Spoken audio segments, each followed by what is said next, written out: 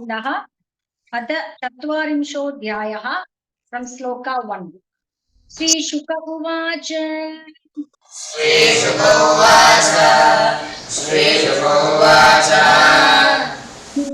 प्रवरो मन्त्री कृष्णस्य दयितः सखा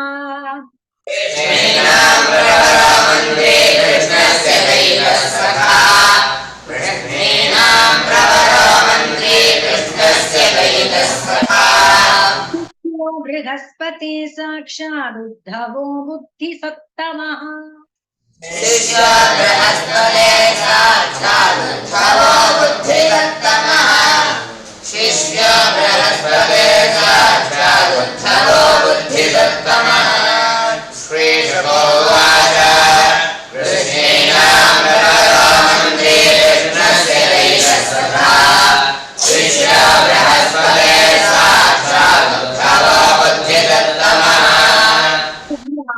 भगवान् प्रेष्टं भक्तमेकान्तिनं क्वचित्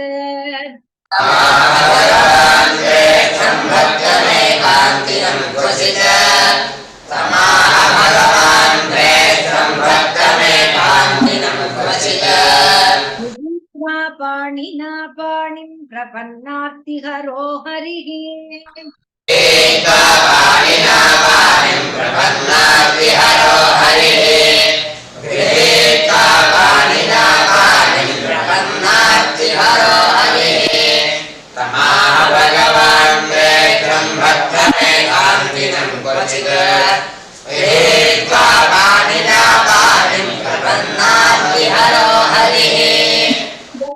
उद्धवव्रजं सौम्य पित्रोर्नो प्रीतिमावः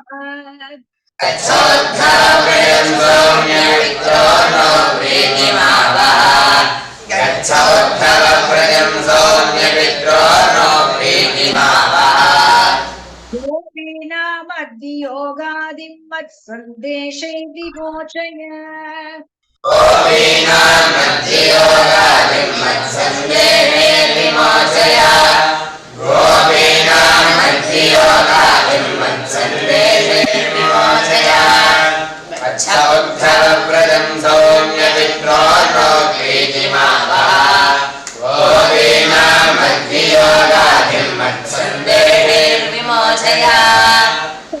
मन्मनस्का मत्प्राणा मदर्थे त्यक्तदैहिकाः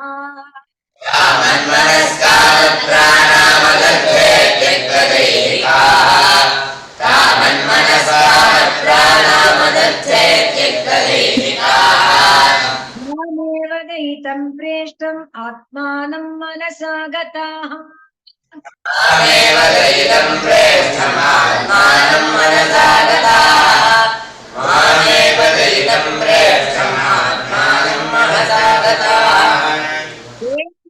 लोकय धर्मांश्च मदत्ते तान् बिभर्म्यहम्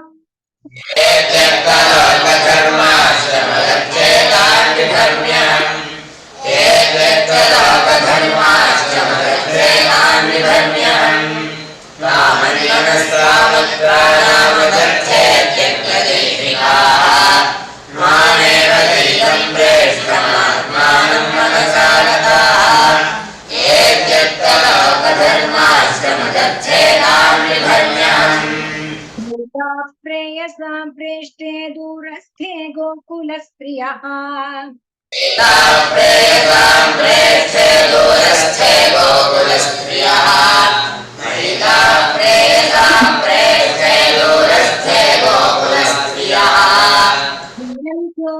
विमुह्यन्ति विरहौ कण्ठ्यविह्वलाः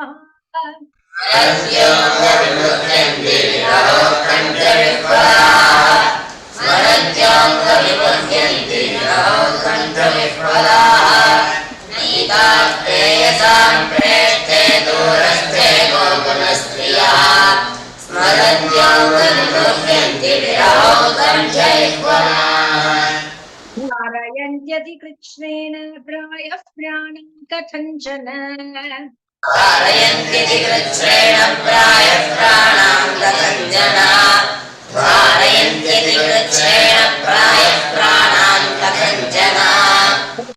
गमन संदेशै वल्लभ्यो मे मदात्मिकाः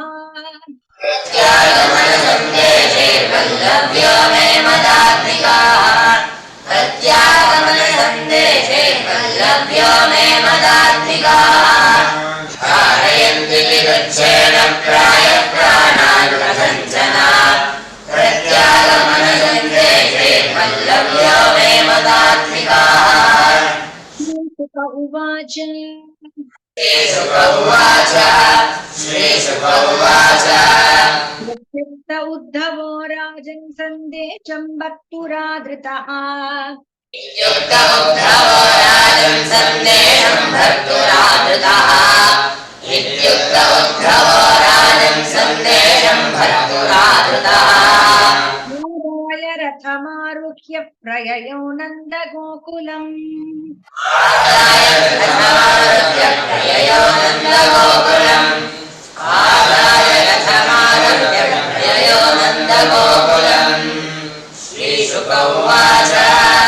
इत्युक्त उद्धवो राजन् सन्देशं भर्तुरादृतः आदाय रथमारुह्य प्रययो नन्दगोकुलम् नन्दव्रजं श्रीमानिं लोचति विभावसु प्राप्तो नन्दव्रजं श्रीमान् निम्लोचति विभावसो प्राप्तो नन्दव्रजं श्रीमान् निम्लोचति विभावसो प्रविशता पशूनां पुररेणुभिः छन्नयानः प्रविशतां पशूनां खुररेणुभिः छन्नयानः प्रविशतां पशूनां खुररेणुभिः प्राप्तो नन्दव्रजं श्रीमान् निम्लोचति विभावसो छन्नयानः प्रविशतां पशूनां खुररेणुभिः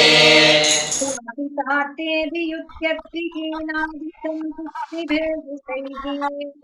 राजितार्थेभियुध्यद्भिः नादितं शुष्मिभिर्वृषैः राजितार्थेभियुध्यद्भिः नादितं शुष्मिभिर्वृषैः धावन्तीभिश्च वक्त्राभिः मोदोबारे स्ववत्सकान् धावन्तेभिश्च वास्त्राभिः औधोभारे स्ववत्सकान्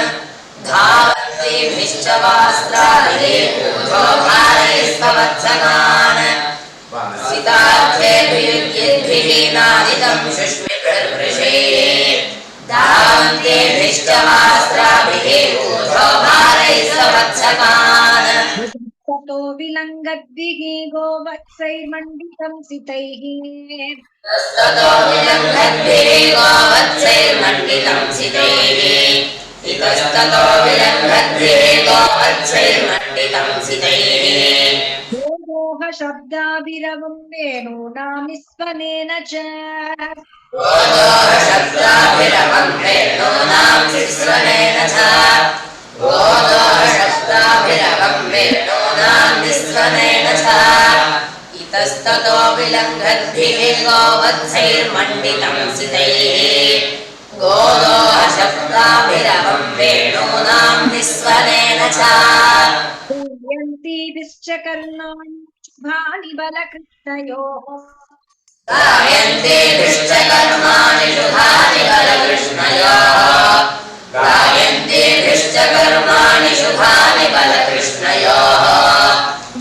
कृताभिः गोपीभिः गोपैस्तसुविराजितम्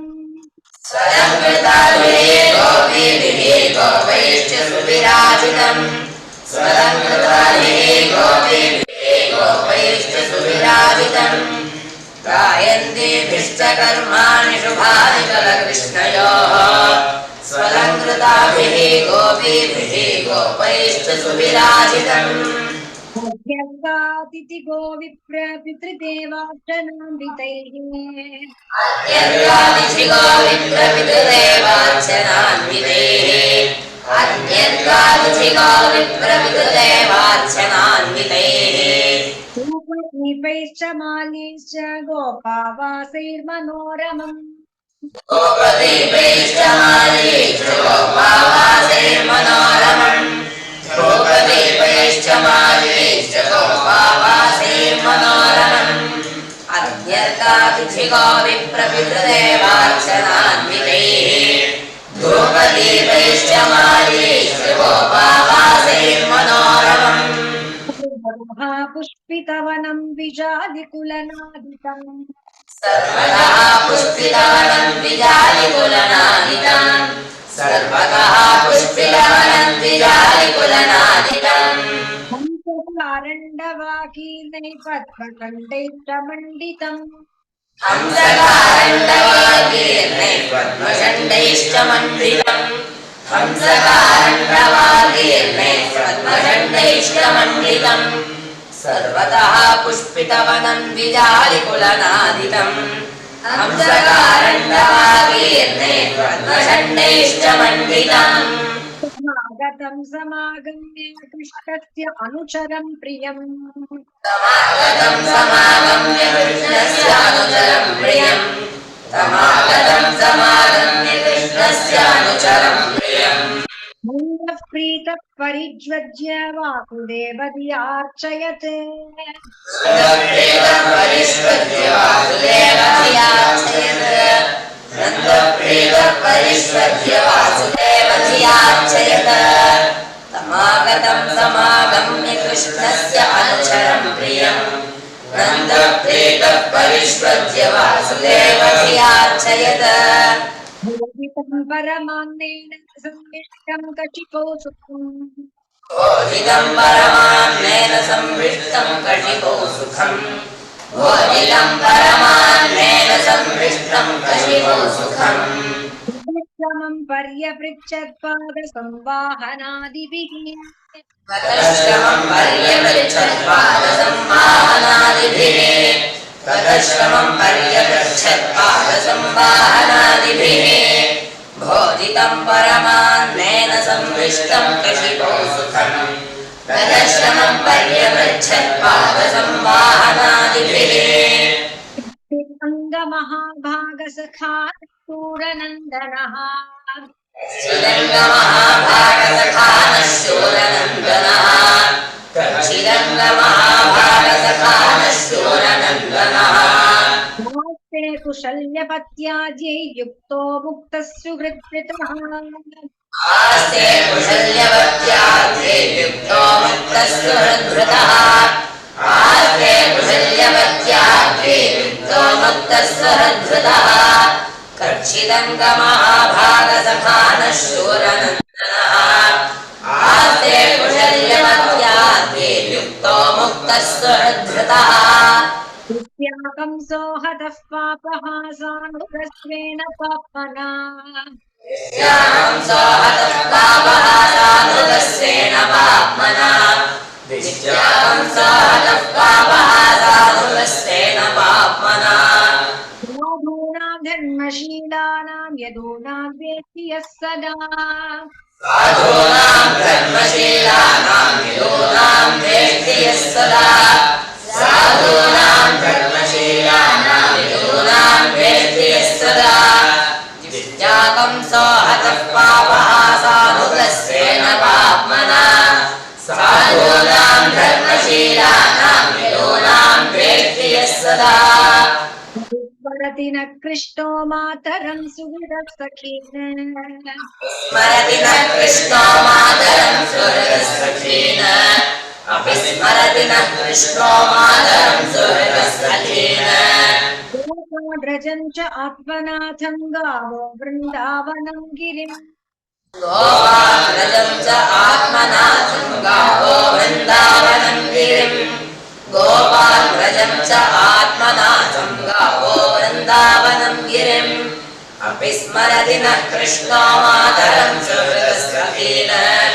गोपाव्रजं च आत्मनाथं गावो वृन्दावनं गिरिम्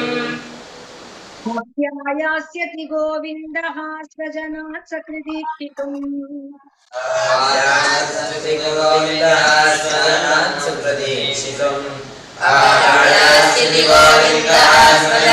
सुप्रतीक्षितम् परिरक्ष्याम तद्वक्त्रं सुरसं दुष्पिदेक्षणम् तर्हि तद्वक्त्रं सुनसं सुस्मितेक्षणम् तर्हि रक्ष्याम तद्वक्त्रं सुनसं सुस्मितेक्षणम् अपि आयास्यति गोविन्दः स्वजनान् सुहृदीक्षितुम् तर्हि द्रक्ष्याम तद्वक्त्रम् सुरसं सुस्मिते क्षणम् वाग्देर्वातवर्षा च विषसर्पा च रक्षिताः दावाग्नेर्वातवर्षाच्च वृषसर्पाश्च रक्षिताः दावाग्नेर्वातवर्षाच्च वृषसर्पाश्च रक्षिताः मृत्युभ्यः कृष्णेन सुमहात्मना दुरत्ययेभ्यः मृत्युभ्यः कृष्णेन सुमहात्मना दुरत्ययेभ्यो मृत्युभ्यः कृष्णेन सुमहात्मना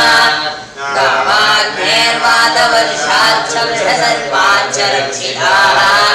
दुरत्ययेभ्यो मृत्युभ्यः कृष्णेन सुमहात्मना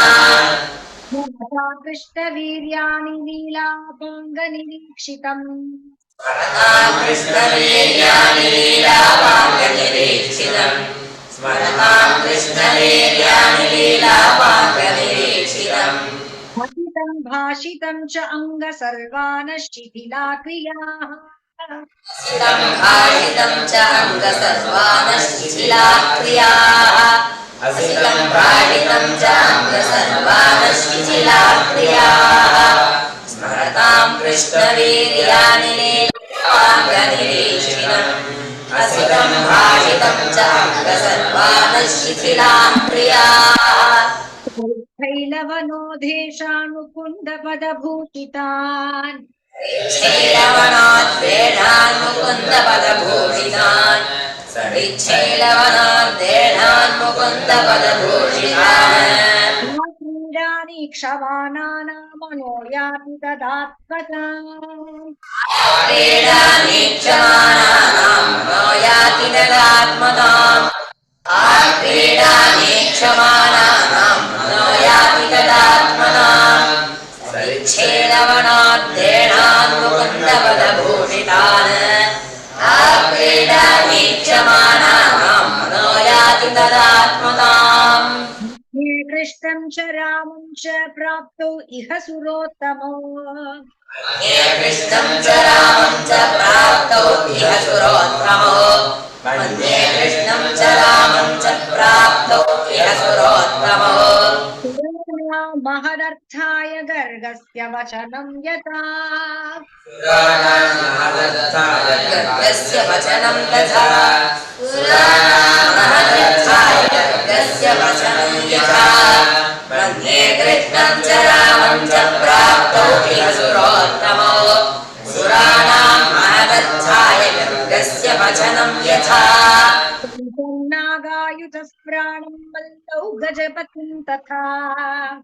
संनागायुधप्राणं मल्लौ गजपतिं तथा संनागायुधप्राणं मल्लौ गजपतिं तथा विवधिष्टां लीलयैव पशूनिव मृगाधिपः अवधिष्ठां लीलयैव पशूनिव मृगाधिपः अवधिष्ठां लीलयैव पशूनिव मृगाधिपः कंसं नागायुधप्राणं मल्लौ गजपतिं तथा अवधिष्ठां लीलयैव पशूनिव मृगाधिपः त्रयं महासारं धनुर्यष्टिमिवे भराट कालत्रयं महासारं धनुर्यष्टिमिवे भराट कालत्रयं महासारं धनुर्यष्टिमिवे भराट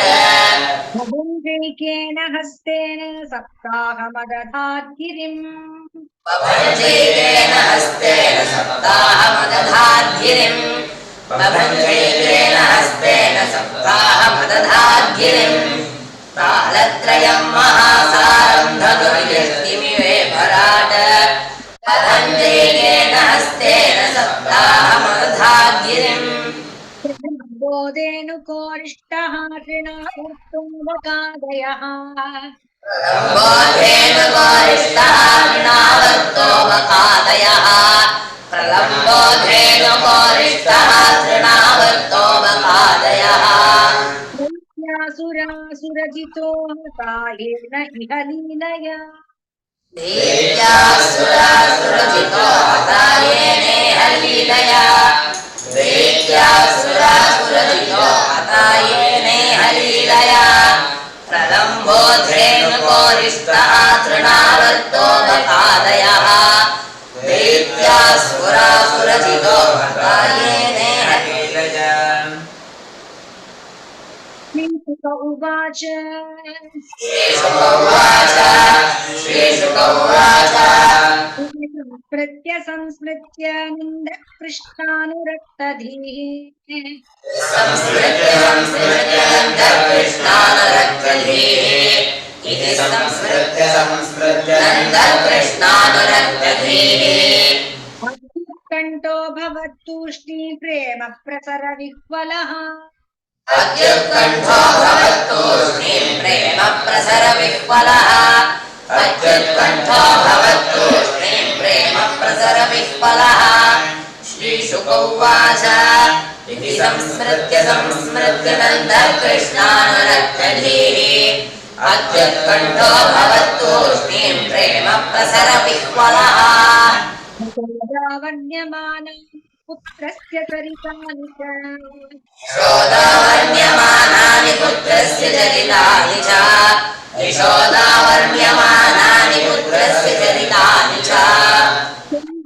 शून्यवासाक्षी स्नेहस्तुतपयोधरा शृण्वन्ति श्रोण्यवास्त्राक्षी स्नेहस्तु कपयोधरा शृण्वन्ति श्रोण्यवास्त्राक्षी स्नेहस्तु कपयोधरा यशोदावर्ण्यमानानि पुत्रस्य चरितानि च शृण्वन्ति श्रोण्यवास्त्राक्षी स्नेहस्तु कपयोधरा इत्थं भगवती कृष्णेन यशोदयोः तयोरित्थं भगवती कृष्णोऽनन्दयशोदयोः तयोरित्थं भगवती कृष्णेनन्दयशोदयोः नित्यानुरागं परमं नन्दमाह उद्धवो मुदा वीक्षानुरागं परमं नन्दमाह उद्धवो मुदा वीक्षानुरागं परमं नन्दमाह उद्धवो मुदा तयोरित्थं भगवती कृष्णे नन्दयशोदयोः वीक्षानुरागं परमं नन्दमाह उद्धवो मुदा उद्धव उवाच उद्धव उवाच उद्धव उवाच त्याग्यतमौ नूनं देहिनामिह मानद युवांशाध्यतमो नूनं देहिनामिह मानदा युवांशाध्यतमो नूनं देहिनामिह मानदा नारायणे अखिल गुरो यत्कृतामतिरीदृशी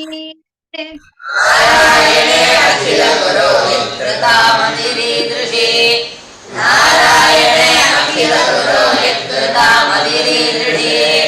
उद्धव उवाच युवांशाध्यतमो नूनं देहिनामिह मानदा नारायणे अखिल गुरो यत्कृतामतिरीदृशी हेतौ हि विश्वस्य च बीजयोनि एतो हि विश्वस्य च बीजयोनि एतो हि विश्वस्य च बीजयोनि रामो मुकुन्दः पुरुषः प्रधानम् रामो मुकुन्दः पुरुषः प्रधानम् रामो मुकुन्दः पुरुषः प्रधानम् अन्वीयभूतेषु विलक्षणस्य अन्वीयभूतेषु विलक्षणस्य अन्वीयभूतेषु विलक्षणस्य ज्ञानस्य चेशात इमौ पुराणौ ज्ञानस्य चेदादयिमो पुराणो ज्ञानस्य चेदादयिमो पुराणो एतो हि विश्वस्य च बीजयोनि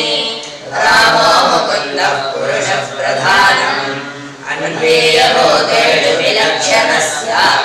ज्ञानस्य चेदादयिमो पुराणो पिञ्जनः प्राणवियोगकाले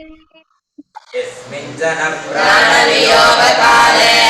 यस्मिन् जनः प्राणवियोगकाले समावेश्य मनो विशुद्धम् क्षणं समावेश्य मनो विशुद्धम् क्षणं समावेश्य मनो विशुद्धम् निर्हृत्य कर्माशयमाशु याति निर्हृत्य कर्माशयमाशु याति निर्हृत्य कर्माशयमाशु याति परागतिं ब्रह्ममथोऽर्कवर्णः गतिं ब्रह्ममयोऽर्कवर्णः परागतिं ब्रह्ममयोऽर्कवर्णः यस्मिन् जनः प्राणवियोगकाले क्षणं समावेश्य मनो विशुद्धं निरहत्य कर्माशयमाशु याति परां गतिं ब्रह्ममयोऽर्कवर्णः भवन्तो अखिलात्महेतौ तस्मिन् भवन्तौ अखिलात्महेतौ तस्मिन् भवन्तौ अखिलात्महेतौ नारायणे कारणमत्यमूर्तौ नारायणे कारणमत्यमूर्तौ नारायणे कारणमत्यमूर्तौ भावं विधत्तामितरां महात्मन् भावं विधत्तां विदरां महात्मन् भावं विधत्तां विदरां महात्मन् वसिष्ठं युवयो सुकृत्यम् वावशिष्टं युवयोः सुकृत्यं किं वावशिष्टं युवयोः सुकृत्यं तस्मिन् भवन्तौ अखिलात्महेतो नारायणे कारणमत्यमूर्तो भावं विधत्तां नितरां महात्मन् किं वावशिष्टं युवयोः सुकृत्यम् वादनुष्यति दीर्घेन कालेन रजतः आगमिष्यति दीर्घेण कालेन व्रजमच्युतः आगमिष्यति दीर्घेण कालेन व्रजमच्युतः प्रियं विधास्यते पित्रोर्भगवान् तत्त्वतापतिः विधास्यते पित्रोर्भगवान् सात्वतां प्रतिः प्रियं विधास्यते पित्रोर्भगवान् सात्वतां प्रतिः आगमिष्यति दीर्घेण कालेन व्रजमच्युतः प्रियं विधास्यते पित्रोर्भगवान् सात्वतां प्रतिः अस्माकं संरङ्गमध्ये प्रतीपं सर्वसात्वता अस्माकं संरङ्गमध्ये प्रदीपं सर्वसात्वताम् अस्माकं संरङ्गमध्ये प्रदीपं सर्वसात्वताम् राघवः समागत्य कृष्णः सत्यं करोति तत् राघवः समागत्य कृष्णः सत्यं करोति तत् राघवः समागत्य कृष्णः सत्यं करोति तत् अस्माकं संरङ्गमध्ये प्रदीपं सर्वसात्वताम् राघवः समागत्य कृष्णः सत्यं करोति तत् महाभागो दृश्यते कृष्णमन्तिके आखिद्यतं महाभागो द्रक्ष्यत कृष्णमन्तिके आखिद्यतं महाभागो द्रक्ष्यत कृष्णमन्तिके अन्तर्विदितभूतानामास्ते ज्योतिर्वैधसी अन्तर्हितभूतानामास्ते ज्योतिर्वैधसी अन्तर्हितभूतानामास्ते ज्योतिर्वैधसी आखिद्यतं महाभागो द्रक्ष्यत कृष्णमन्तिके अन्तर्हितभूतानामास्ते ज्योतिर्वैधसी यस्यास्ति प्रियः कश्चित् न प्रियो वस्यमानिनः यस्यास्ति प्रियः कश्चित् न प्रियो वास्यमानिनः यस्यास्ति प्रियः कश्चित् न प्रियो वास्यमानिनः उत्तमो नाधमो नापि समानस्य असमोऽपि वा उत्तमो न अधमो नापि समानस्याधमोऽपि वा न उत्तमो न अधमो नापि समानस्याधमोऽपि वा न यस्यास्ति प्रियः कश्चित् न प्रियो वास्यमानिनः न उत्तमो नाधमो नापि समानस्याधमोऽपि वा माता न पिता तस्य न भार्या न सुतादयः माता न पिता तस्य न भार्या न सुतादयः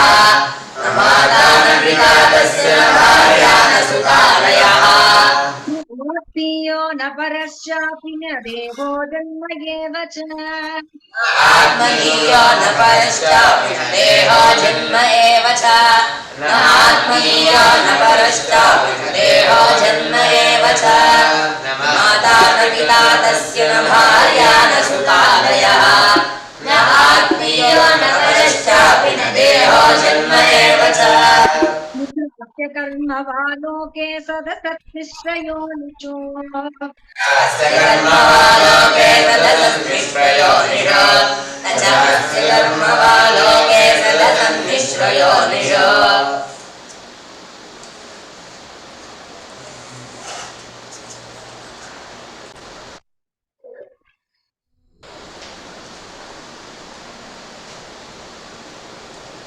चास्य कर्म वा लोके सदसन्मिश्रयोनिषु अस्य कर्म वा लोके सदसन्मिश्रयोनिषु न चास्य कर्म वा लोके सदसन्मिश्रयोनिषु सोऽपि साधूनां परित्राणाय कल्पते क्रीडार्थस्वपि साधूनां परित्राणाय कल्पते क्रीडार्थस्वपि साधूनां परित्राणाय कल्पते न चास्य कर्म वा लोके सदसन्मिश्रयोनिषु क्रीडार्थस्वपि साधूनां परित्राणाय कल्पते रजस्तमैति भजते निर्गुणो गुणान् रजस्तमरिति भजते निर्गुणो गुणान् सत्तं रजस्तमरिति भजते निर्गुणो गुणान् नीतोऽत्र गुणैः सृजत्यवति हन्त्यजः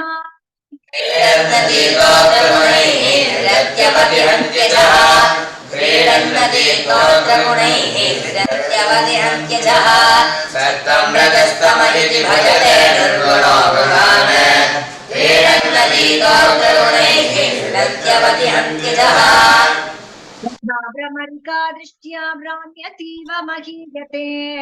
भ्रमरिका दृष्ट्या भ्राम्यतीव महीयते यथा भ्रमरिका दृष्ट्या भ्राम्यतीव महीयते कर्तरि तत्रात्मा कर्तेवाहं धिया स्मृतः चित्ते कर्तरि तत्रात्मा कर्तेवाहं धिया स्मृतः चित्ते कर्तरि तत्रात्मा कर्तेवाहं धिया स्मृतः यथा भ्रमरिका दृष्ट्या भ्राम्यतीव महीयते चित्ते कर्तरि तत्रात्मा कर्तेवाहं धिया स्मृतः गुरोरेव नावायम् आत्मजो भगवान् हरिः त्रयोरेव नैवायमात्मजो भगवान् हरिः त्रयोरेव नैवायमात्मजो भगवान् हरिः सर्वेषामात्मजो ह्यात्मा पिता माता स ईश्वरः सर्वेषामात्मजो ह्यात्मा पिता माता स ईश्वरः सर्वेषामात्मजो ह्यात्मा पिता माता स ईश्वरः त्रयोरेव नैवायम् आत्मजो भगवान् हरिः सर्वेषामात्मजो ह्यात्मा पिता माता स ईश्वरः कृतं भूतभवद्भविष्यत् दृष्टं भूतभवद्भविष्यत् दृष्टं भूतभवद्भविष्यत् स्नुः चरिष्णुः महदल्पकं च स्नुः चरिष्णुः महदल्पकं च स्नुः चरिष्णुः महदल्पकं च विनाशितात् वस्तुतरां न वाच्यम् विनाचितात् वस्तुतरां न वाच्यम् विनाचितात् वस्तुतरां न वाच्यम् सर्वं परमार्थभूतः एव सर्वं परमार्थभूतः स एव सर्वं परमार्थभूतः दृष्टं भूतभवद्भविष्यत् स्नुः चरिष्णुः महदल्पकं च विनाचितात् वस्तुतरां न वाच्यम् स एव सर्वं परमार्थभूतः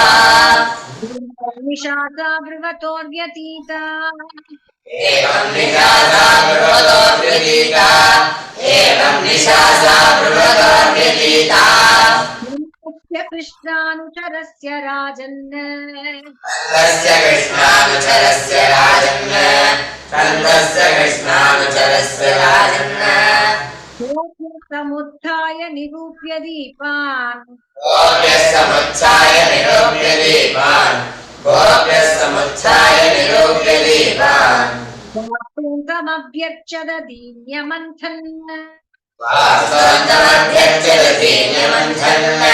वास्तवन्तमभ्यर्चत दीन्यमन्थन् एवं निशासा ब्रुवतोऽर्पिता नन्दस्य कृष्णानुचरस्य राजन् गोप्यसमुत्थाय निरूप्य दीपान् वास्तवन्तमभ्यर्चत दीन्यमन्थन् दीपदीप्तैर्मणिभिर्विरेषु तादीपदीपैर्मणिभिर्विरेषु तादीपदीपैर्मणिभिर्विरेषु विकर्षद्भुजकङ्कणस्रजः रज्जोर्विकर्षद्भुजकङ्कणस्रजः रज्जोर्विकर्षद्भुजकङ्कणस्रजः नितम्बस्तनहारकुण्डलद्विषत्कपोलारुणकुङ्कुमाननाः चलनितम्बस्तनहारकुण्डलद्विषत्कपोलारुणकुङ्कुमाननाः चलनितम्बस्तनहारकुण्डलद्विषत्कपोलारुणकुङ्कुमाननाः तादीपदीपैर्मणिभिर्विरेषु रज्जोर्विकर्षद्भुजकङ्कणस्रजः चलन्नितम्बस्तनहारकुण्डलद्विषत्कपोलारुणकुङ्कुमाननाः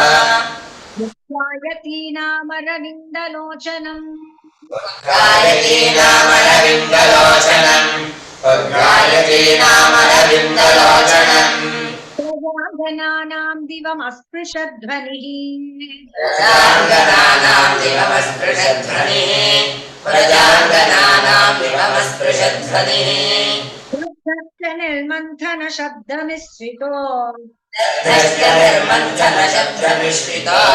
दद्धश्च निर्मन्थनशब्दमिश्रितो यते येन दिशाम् अमङ्गलम् निरस्यते येन दिशाम् अमङ्गलम् निरस्यते येन दिशाम् अमङ्गलम् उद्गायतीनामरविन्दलोचनम् प्रजाङ्गनानां दिवमस्पृशध्वनिः दद्धश्च निर्मन्थनशब्दमिश्रितो निरस्यते येन दिशाम् अमङ्गलम् प्रत्युदिते सूर्येनन्दद्वारिव्रजौकसः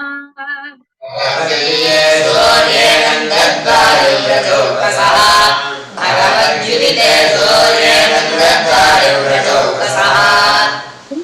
रथं शातकौम्बं कस्यायमिति चाब्रुवन् रथं शातकौम्बं कस्यायमिति चाब्रुवन् रथं शातकौम्बं कस्यायमिति चाब्रुवन् भगवद्युदिते सूर्येनन्दद्वारिव्रजौकसः रथं शातकौम्बं कस्यायमिति चाब्रुवन् इन्द्र आगत किं वा यः कंसस्यार्थसाधकः क्रोरागतः किं वा यः कंसस्यार्थसाधकः अक्रोरागतः किं वा यः कंसस्यार्थसाधकः